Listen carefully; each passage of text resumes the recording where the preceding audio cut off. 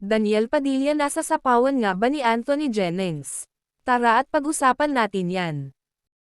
Pero bago ang lahat, kung di ka pa nakasubscribe sa ating channel ay huwag kalimutan mag-subscribe para lagi kang updated sa latest chika. ININTRIGA ngayon ang kapamilya actor na si Daniel Padilla na di umano'y nilalamon daw sa aktingan ng rising star na si Anthony Jennings. Sa isa sa mga nagdaang episode ng Showbiz Update ni OG Diaz ay napag-usapan nila ni Mama Loy at Josa Paco ang bagong kapamilya teleserye na Incognito.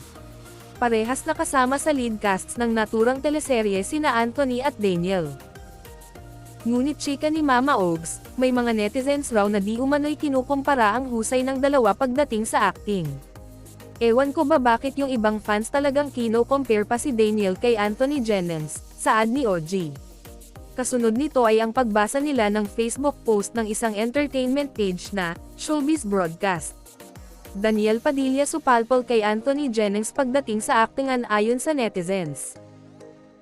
Maraming netizens ang nakapansin sa natural acting skill ni Anthony Jennings sa kapamilya series na Incognito, na mapapanood sa Netflix. Napansin ng netizens na supalpol si Daniel Padilla pagkasama si Anthony Jennings dahil mas magaling itong umarte kesa sa kanya. Saad pa ng isa, nagkaroon man ng cheating issue si Anthony ay hindi pa rin may tatago ang galing nito sa pag-arte kaya patuloy na kinagigilawan ng mga manunood, sa naturang post. Chika naman ni OG, ako mismo magsasabi, hindi totoo yan. Walang sapawang naganap, iba yung kagwapuhan ni Anthony Jennings sa kagwapuhan naman ni Daniel Padilla. Alam mo pinakapaborito ko kay Daniel? Ilong. Napakaganda ng ilong.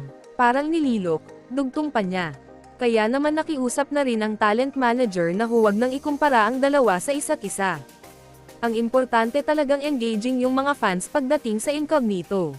Talagang napakaraming nanonood, say pa ni OG. Anong masasabi nyo sa ating chismis ngayon? Mag-comment na at subscribe para updated ka sa latest chika na gaya nito. Maraming salamat po.